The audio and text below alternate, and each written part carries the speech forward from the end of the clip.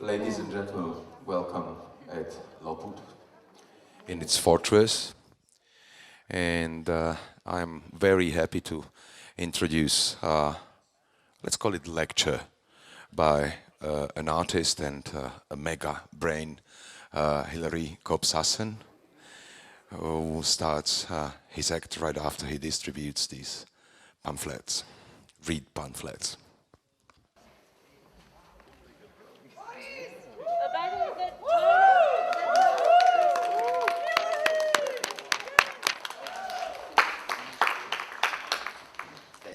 Thank you. Here's how it's gonna go. It's gonna start out so tidy and clear, and then it's gonna fall apart multiple times into twisted messes of PowerPoint.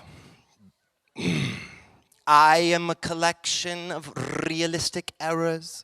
You are accumulations of realistic errors. I want to find us in the Heideggerian landscape computer so we can cast out some prospection errors into the ink of the transscalar theater and bring some transscalar maneuvers to hand. I start with the greatest error of all, a conviction. That in a diagram of the ink in which we all meet, another scale hovers above us. In a diagram of the ink in which we all meet, another scale hovers above us. And, oh, shit, sorry. See, told you, I told you. Yeah. And down under that floor, there was a spore. It had a spore coat and a spore stalk and a rhizome gripping a little shoreline along a flow of time. So now we can begin the messy business. This, 60,000 years later, in the aftermath of World War IV, we find our spore still down under the cathedral floor. And World War IV, just a little bit about World War IV. The Anglo-American axis definitely came out of World War IV with a few complicated wounds called Brexit and Trump, and war in the scalar niche was ongoing. We are interested in the scalar niche. That's the other scale hovering above us. The diminutionary accelerationists had taken over, and they said the faster we can get down into our cryogenic naps and get to the far shore of war, we can awake as founding fathers and die of shame. So out of World War IV, the de facto new hegemon is the China-Europa hegemon, this reluctant hegemon, this awkward, long-term, transcontinental love affair, and they're always sending out one belt, one road, silk this, silk that. Finally, they find each other conjoined in the schizophrenic duo called, that's World War IV. There are the diminutionary accelerationists. This is the first one. His name is Mercer. And this is what he does. And that's how they won. And that's the other one. And they isolated a good sector with psychological operations on the entablature of demographics and citizenships and left them there stranded while they went into their unfortunately flawed cryogenic nap. Here we have the figure of the Europa-China hegemony. It's called Captain Copernica Wang Shi and Engineer Faustus, the syntax octopus. And they are arriving at a conclave of planetary fiduciaries, or let's call them planetary fiduciaries, and they have a secret plan. They want to enact this new China, Europa hegemony, and they want to call it hegemony without hegemon. So here they are. I almost didn't recover from that. So, this is where they're meeting, on the bluff of history. We'll remember it from the spore. And the planetary fiduciaries, there's a close-up, yeah? There they are. They're in the spore light. The spore is dying. The scientific materialist spore is on its last legs. There it is, yeah. And they're worried. And into this diminished glow, Copernica and Faustus come and start singing some dangerous songs. I won't sing them, but I told you, you have to really be supportive of this. It's beyond me. So they say, we have a new way to compete with the war makers for that geo-regional niche that the war makers they own it. They're up there. They have AI spiders feeding on our ETF blood bags, exchange traded fund blood bags. They own it, and we think it's time for some competition in the geo-regional niche. Now, the components of that kind of machinery to really engage in that ontologically intense, bloody knuckles infrastructure building on that scale, right? So that you could accomplish something like a Saudi-Iranian solar sea and gyroscopic battery infrastructural peace treaty. Yeah, to exploit. To do that, you have to build a new kind of treaty. Yeah, you have to build a new kind of finance and even a new kind of value, and you need to build it all on something that plummets really down and into the very fundamental, durable, spindle of matter, down to the tip. If you want to accomplish something like that, geo-regional infrastructure, then you want to update the spore code with I told you the three things we have to do. So, this is an example. I'm leaping a little forward to show you the Kingdom of Saudi Arabia Solar Sea connected directly to the Iranian gyroscopic battery. And we can sort of extrapolate the transition from war making to infrastructure making. So,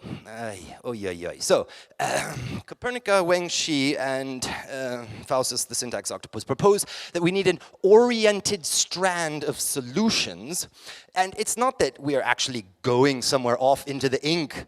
We're only interested in We're only interested in world organs. We want to extrapolate that into reality. What would that be like? So, nonetheless, we need a vernacular. We need to go horizontal, just because that's what there's a limit to the jumping we can do as humans. So, but nonetheless, let us not forget that up is the point, even as we walk out onto our bridge script, which is, you could call this Europa-China Infrastructural Union oriented script of solutions. Oh, right. Let's skip this one and say, So these, just to not be coy, these are the formations. There's probably like 50 slides that will show you these several formations in various things that we will go through. So it doesn't end on the bridge, with a big jump. There we get somewhere. Hurry, I better hurry, right? Right. Okay, so let me just calm down, because what we're doing is we're going to now stay on the cliff of reality. Here we are on the cliff of reality. Yeah? Copernica says, guys, get off the bluff of history. Let's go to the cliff of reality. And they go and they plummet, they climb down the roots of culture, all the way down into the cave of scalar constraints. I'm going to call it the scalar spindle in honor of Boris. Let me just stop and say thank you so much for inviting me. And Boris. So, thank you. Yeah.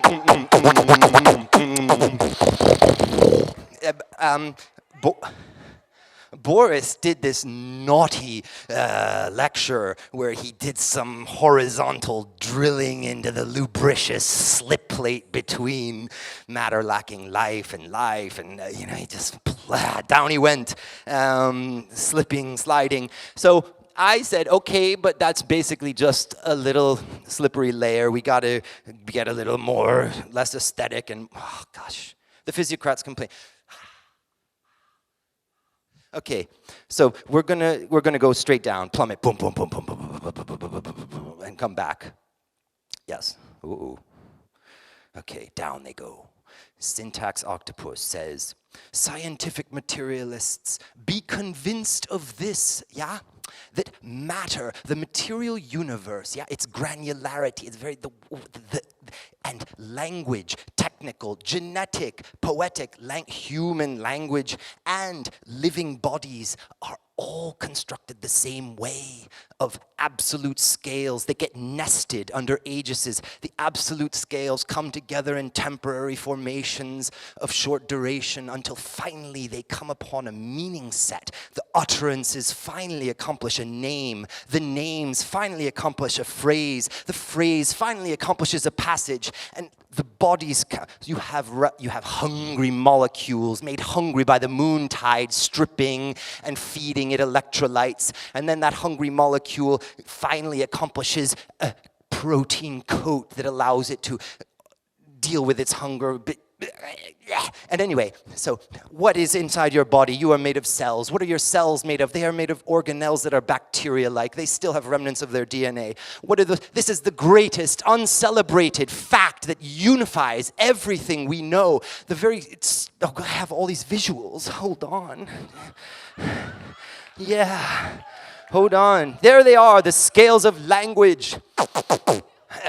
So look, this is the inflationary period.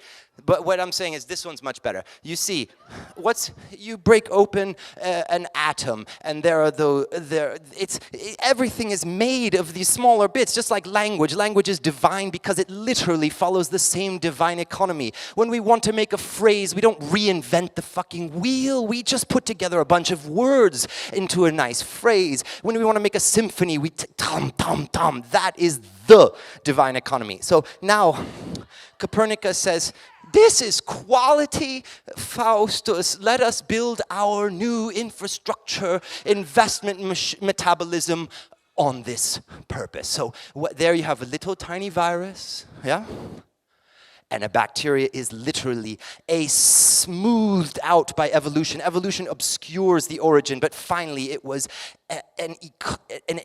an economy of virus-like transactions that finally constituted something like a bacterium. Thus, it is this super fragile and specific thing like human culture that is candidate for making the next absolute scale of biological complexity. How many are there now? 5. We are the pioneer. 5. We are naked, quivering, and alone on this frontier. And if we make world organs, we'll feel better.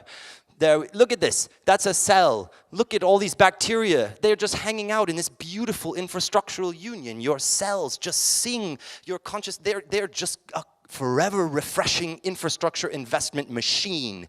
Yeah, that's the nice little multicellular organism. Yeah.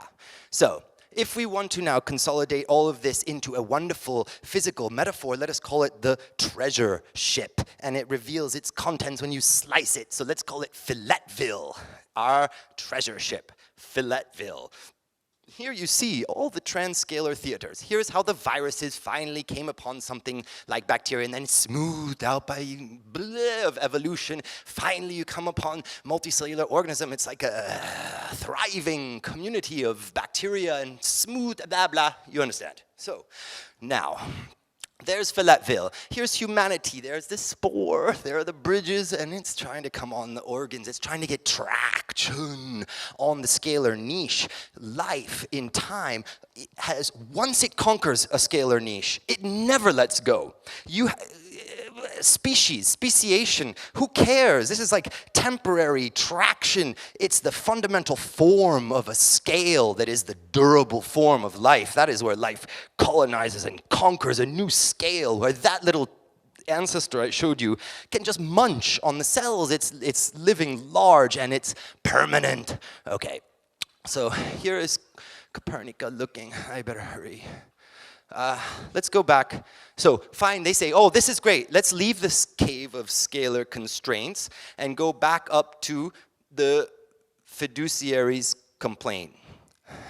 Not the fiduciary, the physiocrat's complaint. Now, sorry. The post-war collateral entablature. So, after World War II, the United States pulled some fancy trickery and made the US Treasury the fundament of the collateral entablature. That is, you know what collateral is? Yeah, come on, we do. Collateral is like when you want to build a castle, and you have another castle, and you say, if I don't pay you back for building me this castle, you can have the other castle. That is collateral. So, oh golly, okay, hold on. Physiocrats' complaints. The physiocrats, this is what the physiocrats are complaining about. You ready? There they are.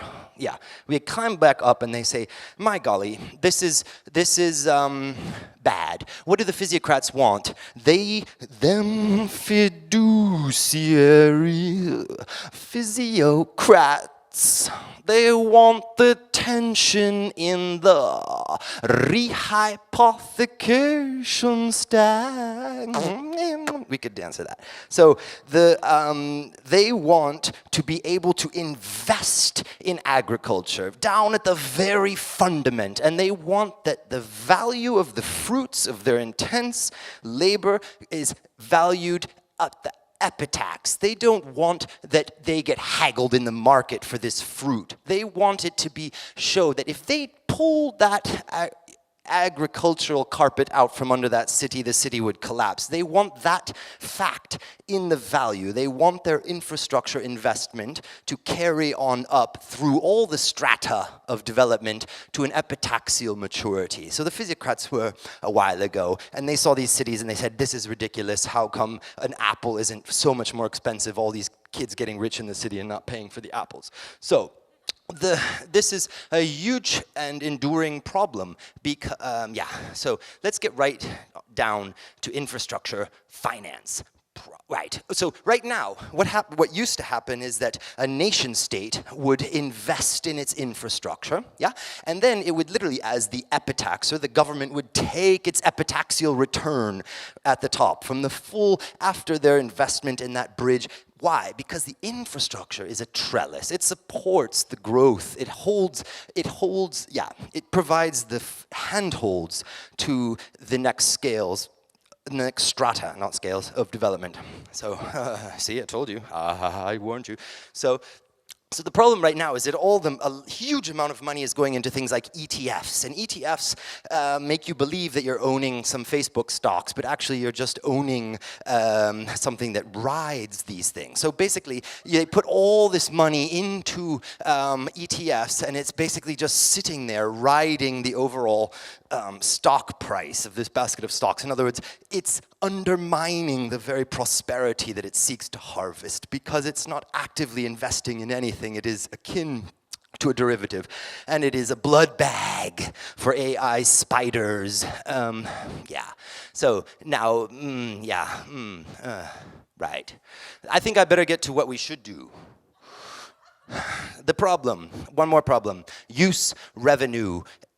Reliance on infrastructure. So now the nation state just has this marvelous social structure and it has to pay for that. It can no longer. We need to take all that money that's sitting in ETFs and instead invest it in infrastructure. But this is impossible because the current model for paying for infrastructure is called use revenue. So all the PPPI and the FPPI and all that is literally all based on the same core idea that you charge people to use the infrastructure. Ching, I have a graphic. So the problem with charging people for the use of the infrastructure is that it undermines the development value of infrastructure, because you will not use that bridge to go sell your nuts across the river if you're going to get charged for it. So London has a super sewer because all of us can pay for it, right? And pay the private. But the third world that actually wants, is that someone talking? Oh my gosh, okay, I'm just kidding. So there it is, you see, yeah. So the question is, how do we make money out of infrastructure without charging for the use? So I just want to wax lyrical about what infrastructure is. Infrastructure is the trellis that holds us up to another strata of experience. That is upon which we build our systems, and upon that we build our economies and ecologies, and upon that we have opera and ice cream, which I call epitaxial experience. So infrastructure and epitaxy. The nation state doesn't do it anymore. So the point is, it is an arch over less fruitful conditions. It is an arch over evil. It is unrespondably slippery conditions, and this is the trellis that holds us up to the light. So here is where I say, this is the new one. It's like a lever, a cantilever under all of us. This is just to get us to a certain vista. We better hurry. Do people sort of understand what I'm saying? Yeah, all right, okay. So, then I don't, yeah. So, I shouldn't have asked that, yeah. I got it. So, here we are in La La Land, and we need a new, let me just tell you about value. Yeah, so what we have to do is monetize the durability of infrastructure. We need to find a new way to make money out of the production of infrastructure. So I say there is a new kind of durability. It combines its being there in time and to hand. That power plant is there. That solar sea is there, and it is to hand, and it is present. Second aspect of this new monetizable durability is that it supports the ontological increase of the living. Like a trellis, it holds us up to the light. It supports the, yeah. And the third is the commitment of human care for its continued being there. And that is to say, to allow this, we must have a forever refreshing sensual proof of that infrastructure's being there and supporting the ontology. And this is very much about the harvest of human navigation error, and that we are the sensual auditor, and we really are God's gardener, and we are meant to dwell and sensually experience firsthand the presence and the epitaxial situation, the conditions in the garden, because we are able to metabolize that sensual experience of epitaxy into a designation error and a navigation error. That is to say, we see the shrub is trapped in some hole, and we take our shears and we nip it off, and it's not perfect. It's not perfect. It's not right by the little bud where it's, but nonetheless, that act of errorism is the essential function of human, and human prospection, designation, and navigation error is the most precious currency in the whole universe. Now, so let's go on to the treaties. And then I think down here is the money somewhere. Let's do the money. Let's do the money. So let me, do I have time? Okay, everyone's okay, dinner, I mean, whatever, what's he talking about? So this is a model, a drawing of, there was a little finance crisis, right?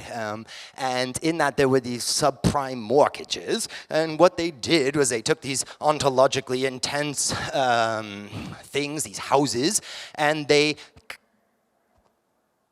connected them to these financial instruments. And that tethering was also a signal. Yes, they're paying the mortgage, but they did a problem. Instead of keeping the tethers direct, they bundled them, and thus the signal of its being there. That's all they cared, that there was this ontologically intense thing being there and sending its little mortgage signal. We know that because they didn't even notice when they stopped paying the mortgages. So it was clearly really about its being there in time. The more valuable thing was the financial product. So I say we can harvest an ingredient for a financial product from infrastructure. We can harvest its durability and its being there and tether it to it with a signal that is sensual proof rather than simply the signal of a mortgage payment. In other words, we can produce infrastructure, we can sell the proof of its being there, and that infrastructure is then a waste product. We can just give it away, automatically nationalize it, and yeah, right.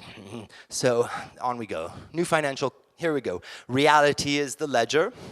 That's the audit tether. And these are the stratum collateral, the new financial product. So there it is. It lasts 100 years. It's there. We take Google Earth, reparations for their theft and their vectoring of evil into our election, and we say we claim Google Earth. That's an organ waiting for a function. We take Google Earth. It's all about territory. The reparations from Google and Facebook should be about territory, that we get these territories. And on that Google Earth, we create a ledger of all this collateral that is tethered to these ontologically intense. Yeah, there's a piece of it, yeah. So, should I tell about rehypothecation? Oh, I love that word, but Boris, do you want to feed back at this point and tell me, am I done? No, I'm not done.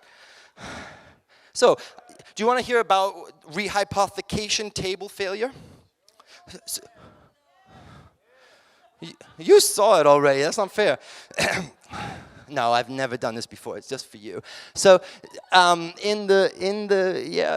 the other end of the problems in the financial crisis, there was the collateral. People were suddenly, something went funny, and they're like, "Whoa, I'm going to take my collateral." Because what do? They have a piece of good collateral, one of those U.S. Treasuries, and they sit it there, and they stack up a whole bunch of transactions. So if you're trading, you're exchanging in that fragile moment of the exchange, they put it on a third party's piece of collateral. Well, those third parties suddenly said, whoa, and took away all their collateral, yeah? So this was a moment where the financial furniture got pulled. So in this moment, I lost Copernica, huh? Copernica Wang Shi says, this is the perfect, we are going to produce a new and fantastic piece of financial furniture, a new collateral entablature. Coming up, there it is. There's the universal audit space where we can see all the actually instanced assets, and we can see the tethered financial assets, and up there it's like a big roulette wheel, and they can actually build financial architecture on these durable units, and they can have a slow, long thing, and if something goes wrong in the faster, they auto-dump it down onto a slower table until it can unwind, rather than that failure to unwind, locking up the whole thing, people pull the tables away. No, it auto-dumps down to a slower, So here we see the four strata of the universal audit space, and these correspond, just as I was saying, and just like the natural ecology, we have the infrastructure. We have the mountain that harvests the rain. That's the infrastructure. We have the river, which is the system. And along it, we have the economies and ecologies. And amidst that, we have our epitaxial experience of opera and ice cream. So these will be manifest in the thing, Bob. And there you see one. Yeah, there we see. So here is the most valuable infrastructural, durational, and here are the other stacks of less durable. Now, investing, two types of investing in this system. The investment of error and the investment of money. The investment of money, yeah, you're getting the idea from the visuals, aren't you? So this is auto-dumping. Clearance failure, auto-dumping down. New collateral entablature, says Copernicus. There we see, boom, you're getting it.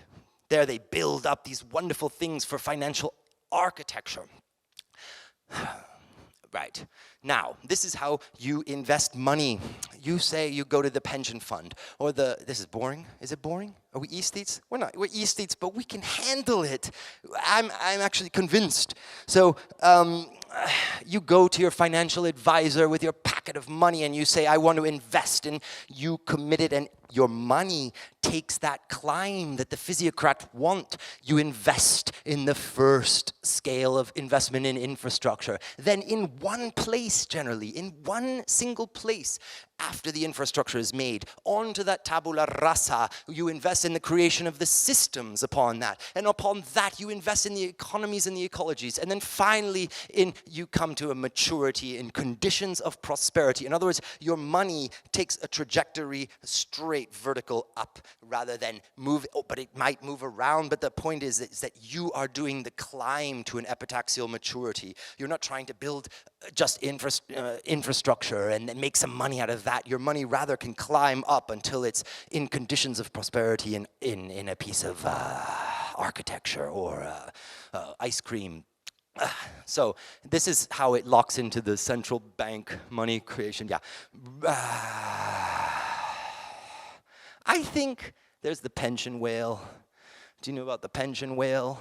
It's getting pinged by ETFs, and yeah. I think, to be honest, I think that if I added any more, it might be overkill. What do you think? Is it done? Do I drink now? I'm so sober. Did you understand, David? Any questions? I'm sure I missed something, but on that handout, tomorrow morning, in the harsh light of the morning, you can feel the rigor. Yeah? Done, people? You have a question. The lawyers, come on. Cut me up, man. Sharpen your knives. The pension whale. What? The pension whale. The pension whale. It's getting pinged by HTF sharks and sitting in dark pools, and it just wants to go out into the pension fund, say, God, we just need 5% return. Give us a pipeline of infrastructure projects. There is so much fucking money sitting in these fragile formations, and they are the blood bags that are ETFs. They are designed with panic at the exits, right? There's about 400 million, and it's like funds on hand, and there's about 4 trillion sitting in there. And then what's going to happen is suddenly they're going to say, oh, out we go, and the high-frequency AI spider of Mercer is going to just go, and those people will be trapped in there holding their basket of ETF shares. And anyway, so the pension whale wants out. It wants ontologically intense investment. What I'm saying is this is very close. Bitcoin mining. They fucking run a computer to produce crypto. The good shit about money is that, hey, I have money. I can use it. It's something. So the whole point is that we are mining infrastructure proof of work rather than, we ran this computer, we wasted that electricity to produce this little code that quantum computing will definitely fucking hack within a year. But rather, we have this sensually manifest proof that solar sea is mine. I build on it. I'm not leveraged in it. I can't reclaim it, but I am tethered to it.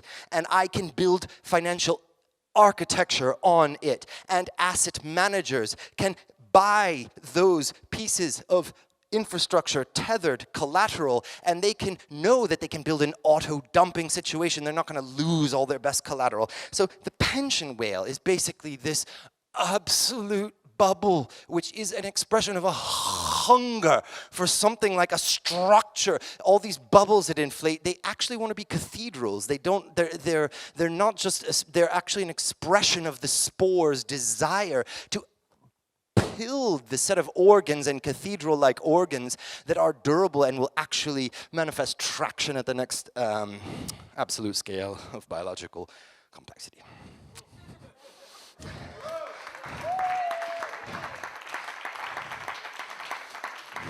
Thank you. Anything else, or you want me to be done? What? Mortgages. What about God, come on, up your, what do you mean? Come on. What do you mean, mortgages? You want me to tell you about mortgages? The Matterway? Come on, lawyers. Lawyers of the sea. Save us. Come on. Don't you want there to just be this gush of cash where everyone is scrambling, just like they were scrambling to build crappy houses in America, the whole metabolic machinery of America, the law, the politicians, the finance, everything was activated by this viral demand for an ingredient of a financial product. What if the ingredient in demand was infrastructure? So we just plowing our money, make all that fucking infrastructure as fast as we can and make it the best. Yes, the best, very best. It has to last forever. If it's not last forever, then we can't put it in our new financial product. And then all we do is we make that. You say, there it is. Audit it. Here are the ISO numbers. Here are the bloody manufacturing codes. Sell that proof of work to the coin maker. There it is. Boom. Google Earth. We own it. That is tethered forever to that forever. Free infrastructure, a waste product. It's poo. Automatic nationalization. All these nations, for free. Yes, you have to maintain it. Maintenance of infrastructure is a totally neglected thing. It costs more to maintain it than to make it. Fine, but the nation can afford that at least. And fine, it's a selection pressure for durability. That thing, the financial product will be worth more if the proof of work is clockwork, infrastructure, forever tethered. Anyway, next. Blockchain. Blockchain is an absolute distraction from the fundamental genius embedded in Bitcoin. The genius in Bitcoin is actually in its proof of work. It's just so dumbassedly applied in Bitcoin. But that actually, and what is it? It's a value that is supported by an ecology. Yeah, that is a little ecology online by hackers. And the minute the quantum computing will crack it immediately. We're talking about reality is the ledger.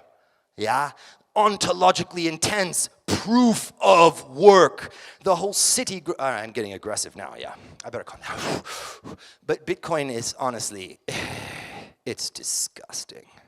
Is what it really is. It's disgusting. Blockchain, fine, marvelous. We don't have to trust each other. But actually, you do. You need all these governance, and you need to be able to unwind, and you need to actually have resolution mechanisms. In fact, you need governments, regulation, and all these things that Bitcoin fantasists say, oh no, we're in our little bubble. The main problem, Bitcoin is genius, but it was made in a computer. There's no materialism in there. They just say, oh, we make it in a computer. It's so wonderful. Why? Because we live in a computer. But in reality, we don't. We live in this material intense thing that is the ledger. This is counting how much and how high we are going, and thus Bitcoin is disgusting.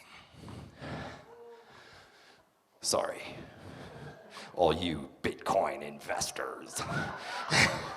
ETFs are blood bags. Bitcoin is disgusting and weak, and the internet is weak. We need a new interface. What this is, this landscape computer, I'm saying this should be the World Wide Web. When you go onto the web, you literally have this collection of organs that you navigate. I think I shut up now, yeah? I was ahead, and now I'm not behind. I'm like, good? Anyway, I'll be around. Yeah. Thank you so much. I really love you so much. Thank you very much.